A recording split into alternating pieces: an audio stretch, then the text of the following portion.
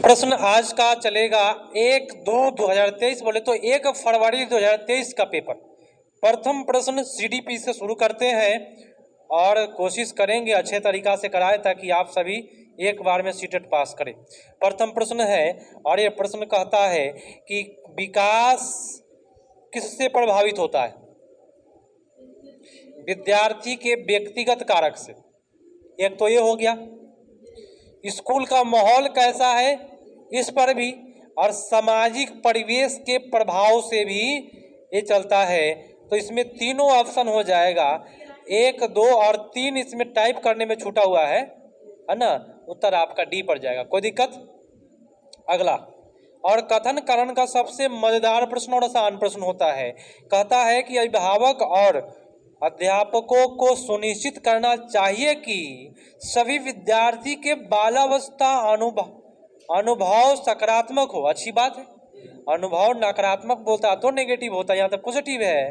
कारण है कि बाल अवस्था विकास के लिए एक संवेदनशील चरण है, खासकर संज्ञानात्मक और संवेगात्मक विकास के लिए। अच्छी बात है। संवेदनशील क्यों है? क्योंकि उसके सामने में किसी प्रकार की बातें करिएगा तो तुरंत सीख लेगा, और गलत बात बहुत जल्दी सीखता है बच्चा। उत्तर आपका 1 पर चला गया। अगला है कि बहुत छोटे बच्चे के समाजीकरण के संदर्भ में कौन सा कथन सही है भाई? तो समाजीकरण के परिवार समाजीकरण की प्राथमिक संस्था है। थोड़ा फास्ट करेंगे और कहीं भी दिक्कत हो तो रोक दीजिएगा हमको, ठीक है? उसका ऑपरेशन कर दिया जाएगा। जीन पियाजे के संज्ञानात्मक विकास सिद्धांत के अनुसार बच्चे किस चरण पर यह समझ बना लेते हैं कि वस्तुओं की आंख से ओझल होने जाने पर वस्तु अस्तित्व खत्म नहीं होता है? बताए। संवेदी गामक अवस्था 0 से 2 वर्ष के बच्चा को, उदाहरण मेरा समझिए, यहाँ ध्यान दीजिए। एक झुंझुना दे दीजिए या बोतल दे दीजिए, उसको झुंझुना ही दे दीजिए और दे दीजिए, उसको छीन लीजिए, कहीं कौवा ले गया, फिर भी वो बच्चा रोता है। 0 से 2 वर्ष में रोएगा, वो जानेगा कि मेरे साथ छल हो रहा है, नुकैले है इसको, है ना। इसको कहते हैं, वही बोला है कि आंख से ओझल हो जाने पर भी उसका अस्तित्व खत्म नहीं हुआ। मतलब 0 से 2 वर्ष संवेदी गामक अवस्था, इसका एक और नाम है इंद्रिय गामक अवस्था। अगला है कंकरों से खेलते हुए एक बच्चा यह खोजता है कि 2 कंकर के 2 समूह मिलकर 4 कंकर बनते हैं। 2 कंकर का 2 समूह मिलेगा तो कै कंकर बनेगा? 4 कंकर बनता है। तो बच्चे द्वारा किया गया यह अनुभव क्या दर्शाता है? संरक्षण दर्शाता है ना। 2 कंकर 4 समूह, तो बच्चों द्वारा किया गया अनुभव संरक्षण। केंद्रित वस्तु अस्थायित्व आत्मकेंद्रित, बाकी नहीं है इसमें कोई भी। संरक्षण मारेंगे, उत्तर आपका ए पर जाएगा। अगर ऑप्शन में कहीं मूर्त रहता, समझे, तो संरक्षण को नहीं मारते हम लोग, मूर्त को मारते, ठीक है, याद रखिएगा। अगला है निशा अपना गृह कार्य पूरा करना सुनिश्चित करती है ताकि गृह कार्य पूरा न होने के कारण अध्यापिका द्वारा शर्मिंदा किए जाने से बच सके। लॉरेंस कोलबर्ग के नैतिक विकास के सिद्धांत के अनुसार इस तरह का तर्क डैश चरण को दर्शाता है। देखिए यहाँ पे बोला क्या कि निशा अपना गृह कार्य सुनिश्चित करती है ताकि गृह कार्य न पूरा होने के कारण अध्यापक क्या कर देगा? उसको शर्मिंदा से बचने का प्रयास। माने वो जो कर रहा है अध्यापक के सामने में शर्मिंदा नहीं होना चाहता है, अच्छा होना चाहता है, और इसी को कहते हैं अच्छा लड़का अच्छा लड़की अभिमुखीकरण, और ये परंपरागत में जाता है। कोई भी बालक या लड़का या लड़की अपने आप को अच्छा कहलाना चाहता है ना, तो आपका जाएगा परंपरागत में। अगला है कि लेई वाइगोस्की का सिद्धांत मुख्यतः डैश से डैश विकास पर पड़ने वाले प्रभाव की व्याख्या करता है।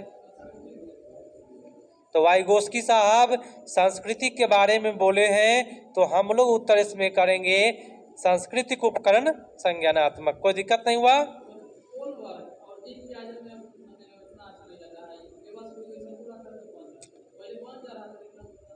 वाइगोस्की सबसे आसान है। चलिए, लेई वाइगोस्की के सिद्धांत के अनुसार एक अध्यापक को क्या करना चाहिए? अध्यापक को काम अपार प्रदान करना। पार माने होता है सहायता, लेकिन पार मतलब कैसा सहायता? तो इशारा से, संकेत से सहायता करना ही पार कहलाता है। तो इशारा संकेत दिया ही है। एक प्रगतिशील कक्षा निम्नलिखित में किसे प्रधानता देती है? तो प्रगतिशील कक्षा जो है विद्यार्थी के मतों के अनुभवों को प्रधानता देती है। समझे? उत्तर आपका डी पर जाएगा। जब बच्चा के आप अनुभव को लेके चलेंगे तो आपका क्लास प्रगतिशील होगा, अच्छा होगा, बाल केंद्रित होगा, समावेशी होगा। नेक्स्ट, हावर्ड गार्डनर के बुद्धि संकल्पना के अनुसार निम्न में कौन सा कथन सही है? तो फर्स्ट में सटीक अनुमान लगाने की बोला है ना, गलत हुआ है। प्रभावी नहीं है बोला है। और सी बोला कि व्यक्ति के विभिन्न प्रकार की बुद्धि के विभिन्न स्तर पाए जाते हैं, यही ना बोला था बहुबुद्धि सिद्धांत। अगला है, समकालीन सिद्धांत के अनुसार किस प्रकार का कक्षा माहौल संज्ञान को सुसाधित करता है? संज्ञान माने जानकारी को, तो जानकारी को करेगा मुद्रक संपन्न, माने ऐसा क्लास जहां किसी दीवार पर छपा हो कोई चीज, तो उसको कहते हैं मुद्रक। और संसाधन से परिपूर्ण माने TLM, टीचिंग लर्निंग मटेरियल का जो सामग्री है उसी को कहेंगे। और यहाँ पे भाव युक्त नहीं कि कोई बात पर भावना में बह जाए, ठीक है। अगम्य वर्ड नेगेटिव होता है, याद रखिएगा। और उपदेश वर्ड भी आपका नेगेटिव है, पाठ्य पुस्तक भी नेगेटिव है। सबसे बेटर आपका उत्तर ये होगा। चलिए, अगला प्रश्न आपके लिए तैयार है। आप सभी तैयार रहिए, पूरा रुचि लीजिए, नहीं तो नींद आना एकदम संभव है। समकालीन सिद्धांत के अनुसार किस प्रकार का कक्षा हो गया? जेंडर की बात किया ना, तो जेंडर क्या है? हाँ, एक सामाजिक संरचना द्वारा निर्मित है। अगर पूछ देता कि लिंग क्या है, तो लिंग एक जैविक संरचना है। बहुत अच्छा, ऐसे याद रखना है। अगला है कि जिन पियाजे के सिद्धांत किसी वस्तु के सामने ना होने की स्थिति में चिन्ह द्वारा उसे दर्शाकर काम करने की योग्यता क्या कहलाता है? तो चिन्ह के द्वारा कह रहा है। तो आपका उत्तर क्या होगा? लाक्षणिक प्रकार्यता, ठीक है, बी होगा। समावेशन तो अलग चीज है ना, सोच भी अलग है, संरक्षण भी अलग है। तो हम लोग भाई इसमें टैग वर्ड कैसे निकालेंगे? जिन पियाजे के सिद्धांत किसी वस्तु के सामने न होने की स्थिति में, मान लीजिए कोई वस्तु आपके सामने में नहीं है, उसको आप चिन्ह के माध्यम से समझा रहे हैं। जैसे त्रिभुज को क्या करते हैं, छोटा सा एक त्रिभुज का खंड बना देते हैं और लिख देते हैं ABC, है ना।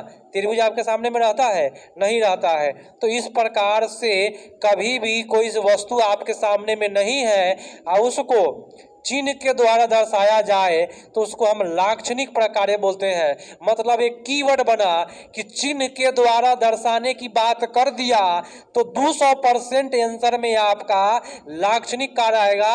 और पूरे हम YouTube वाले को चैनल देते हैं, जितने भी चैनल है कोई नहीं बताएगा इस प्रकार का कीवर्ड, और ना कोई बताता है। ये आपको नोट करना होगा, नोट कर ही लीजिए। चिन्ह द्वारा दर्शाने की बात किया तो आंसर में लाक्षणिक प्रकार की बात जरूर करेगा, आंसर कभी चेंज नहीं करेगा। अगले प्रश्न पर आते हैं, आप सभी नोट कर लीजिए इसको। अगला प्रश्न आपके लिए आ रहा है और ये प्रश्न है कि रचनात्मक मूल्यांकन निम्न में से किस लिए प्रभावी होता है? रचनात्मक मूल्यांकन किस लिए प्रभावित होगा? असफलता निरंतर भय पैदा करता है? नहीं, फेल करने वाला कभी भी आगे चल के मजबूत होता है। सी होगा कि विद्यार्थी अधिगम के प्रगति को समझने में ताकि उन्हें तदनुसार सहायता प्रदान की जा सके। मैंने अगर समझ जाइएगा तब ना सहायता करिएगा कि कैसा सहायता की आवश्यकता है। उत्तर आपका सी पर चला गया। अगला है अभिकथन कहता है कि एक कक्षा में अध्यापिका को विद्यार्थियों को अपने विचार के मौखिकरण, चर्चा, वैचारिक बहस करने के लिए बढ़ावा देती है। तो बड़ा बढ़िया टीचर है कि बैठ के बहस करने के लिए कह रहा है, चर्चा करने के लिए कह रहा है। कारण बोला कि भाषा विकास, संज्ञानात्मक विकास किसी भी तरह से एक दूसरे से संबंधित नहीं है। आपका उत्तर यहाँ पे क्या होगा? ये तो सही है, लेकिन यहाँ पे संबंधित नहीं है बोला है। ऑप्शन नंबर आपका नीचे कर दिया है सी, और ये इस प्रकार से कर सकता है, इसलिए देख करके मारिएगा, नहीं तो सी के चक्कर में 3 नंबर वाला मार दीजिएगा तो एगो तो टंगा गया आपका फ्री में। हाँ, अगला प्रश्न है, निम्न में कौन सा अवधान न्यूनता अतिक्रियाशीलता विकार है? एक बार मैं चिल्ला चिल्ला के बोल रहा था, अवधान न्यूनता माने जिसका ध्यान एक जगह नहीं टिकता है, कम समय के लिए टिकता है। अति सक्रिय माने किसी को मार दे, किसी को पीट दे, तो कोई भी बच्चा इस प्रकार के कहते हैं आवेगशील होता है, समझे?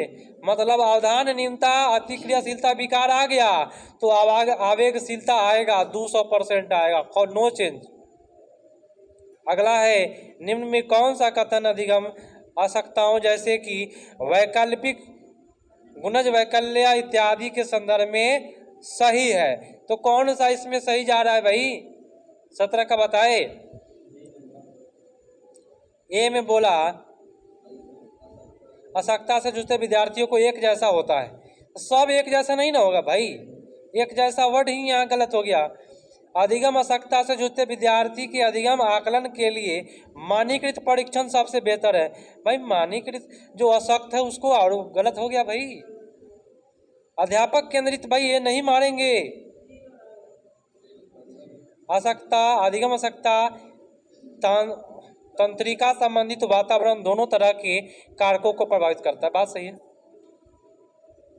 नेक्स्ट है कि श्रवण बाधिता से जूझते विद्यार्थियों के लिए निम्नलिखित में अधिगम का कौन सा तरीका प्रभावशाली नहीं होगा? श्रवण बाधिता माने जो सुन नहीं पाता है, कौन होगा? तो व्याख्या वर्ड जो सुन नहीं पाता है उसके सामने में बैठ के आप लेक्चर दे रहे हैं, तो ये हो गया भैंस आंगुर बेंग बजाई भैंस ही पहुड़ाई, वे वाला बात हो जाए ना हो। चलिए, तो व्याख्या आपका उत्तर हो गया। प्रतिभाशाली विद्यार्थी की जरूरत को पूरा करने के लिए निम्नलिखित में कौन सा कदम नहीं अपनाना चाहिए? मानकीकृत परिचर्या को लागू करना, ये नहीं अपनाना है, मानकीकृत नेगेटिव है, और आपका उत्तर यहाँ बी पर चला गया। नेक्स्ट है, एक समावेशी कक्षा में स्वलीनता से जूझते विद्यार्थियों की जरूरतों को पूरा करने के लिए निम्नलिखित में क्या प्रभावी होगा? स्वलीनता माने जो एक एक चीज में लीन हो उसको स्वलीन कहते हैं। अधिगम में निरंतर रखना, ये होगा ऑप्शन, समझे? जो बच्चा स्वलीन होता है ना तो एक एक चीज में क्या होता है? निरंतर लीन होता है। वही बोला कि अधिगम उपागम में निरंतर रखना, उसी को कहेंगे स्वलीन। बताइए, हो कोई दिक्कत है? एक और आता है आंसर, संप्रेषण में बाधा, स्वलीन का बताए थे ना, संप्रेषण में बाधा होता है। अधिगम के सामाजिक संज्ञानात्मक मत के अनुसार विद्यार्थी किस प्रकार बेहतर सीखते हैं?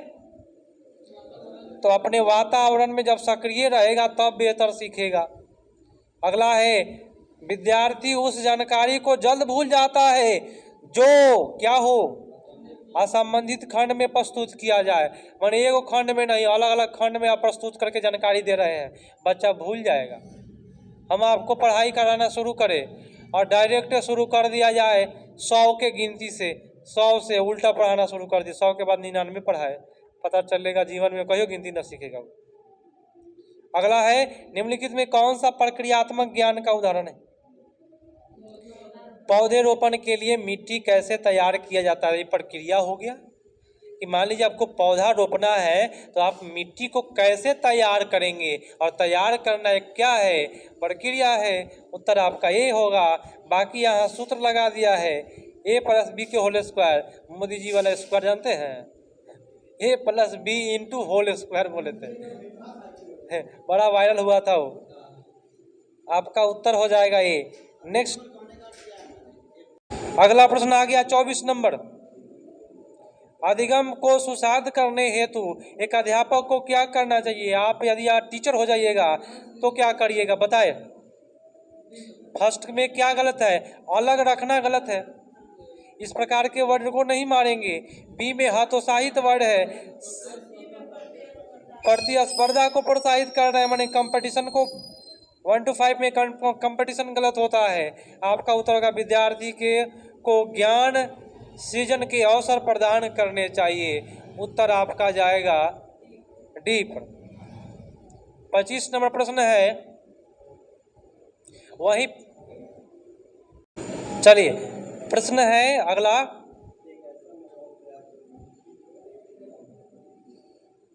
एक ऐसा माहौल तैयार करना जरूरी है जहां विद्यार्थी अपनी भ्रांतियां व्यक्त करे, माने जो भी गलती होता है मन में भ्रम बैठ गया है। हम बोले थे एक बार कि सारे बच्चों को एक साथ बैठा करके एक बार मीटिंग कराया जाए पूरे लाइब्रेरी में, कि जिसके पास जो प्रॉब्लम है बोले और उस प्रॉब्लम का सॉल्यूशन जिसके पास है वो जवाब दे। इससे मन में जो भ्रम बैठा हुआ है वो दूर हो जाएगा। तो वही बात बोल रहा है, एक ऐसा माहौल तैयार करना जरूरी है जहां विद्यार्थी भ्रम को व्यक्त कर सके। मन में भ्रम बैठ गया है और कारण है भ्रांतियां पर चर्चा करना अधिगम प्रक्रिया के लिए संगत महत्वपूर्ण है। अच्छा बात है, अगर चर्चा कर रहे हैं कोई भी भ्रांति पर तो अच्छी बात है, मन का भ्रम दूर हो जाएगा चर्चा करने से। अगर कोई भी चीज़ आपके मन में बैठा हुआ है और उसको मन में ही दबा के रखे हैं तो मन में आपका कोसेगा वो, जब तक किसी के सामने उगलिएगा नहीं तब तक कोसेगा। अगला है विद्यार्थी सीखने के लिए आंतरिक रूप से अधिक अभिप्रेरित होंगे अगर वे डैश के भाव महसूस करें। अगर वह खुशी के भाव महसूस करके पढ़ाई कर रहा है तो समझिए कि वो अंदर से प्रेरित है, दुनिया में उसको कोई नहीं रोक सकता है, वह तूफान की तरह पढ़ाई करेगा, उसको कोई भी चट्टान नहीं रोक सकता है, आसानी से वो अपना सीटेट क्वालिफाई भी करेगा। भाई गर्दा उड़ा के आएगा, सीटेट कुछ नहीं है, बस चीर फाड़ के आ जाना है। अब की बार कुछ नहीं है, ऐसा तैयारी करना है जैसा कि कोई रोने पर मजबूर हो जाए, कोई देखे तो कहे कि बाप रे क्या नंबर लाया है। चलिए प्रश्न कहता है विद्यार्थी को किस प्रकार के लाक्षणिक निर्देश करने के लिए प्रेरित किया जाना चाहिए? किस प्रकार से आप प्रेरित करेंगे? देखिए जीवन में कभी भी इस प्रश्न का आंसर नहीं चेंज हुआ है और इसका मैं कीवर्ड के साथ में कीवर्ड में बता देता हूँ। इसका कीवर्ड क्या है? कीवर्ड है कि कभी भी लाक्षणिक निर्देश निर्धारित करे की बात करेगा तो महारत की बात करता है। दिया है का महारत, तो लाक्षणिक निर्धारित बात कर दिया तो महारत की बात जरूर करेगा। क्वेश्चन नंबर कितना था बताए आप सभी? 28। उत्तर मैं भी चेक कर लेता हूँ, ज़्यादा ओवर कॉन्फिडेंस घबरा जाता है।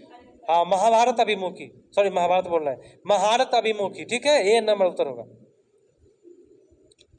और नींद में थोड़ा आज यहीं पे 30 तक ही खत्म करेंगे क्लास को और उसके बाद आप लोग एग्जाम दीजिएगा। निम्न में कौन सा अधिगम को सकारात्मक रूप से प्रभावित करता है? कुपोषण भी करता है, विद्यार्थियों में सहभागिता, दंड, अभिज्ञान। अच्छा ये बोला है अधिगम को सकारात्मक रूप से प्रभावित करता है तो सहभागिता, अगर भाग नहीं लीजिएगा तो सीखिएगा नहीं। अभिसंज्ञान माने आप जो भी याद कर रहे हैं वो आपके माइंड पर है या नहीं है।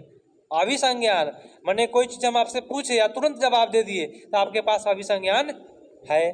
तो कुपोषण और दंड को हटा दीजिए और हमारी बात सुन लीजिए, इसमें सब प्रभावित करता है लेकिन कूट के हिसाब से आपको जवाब देना है, डी पर जाएगा।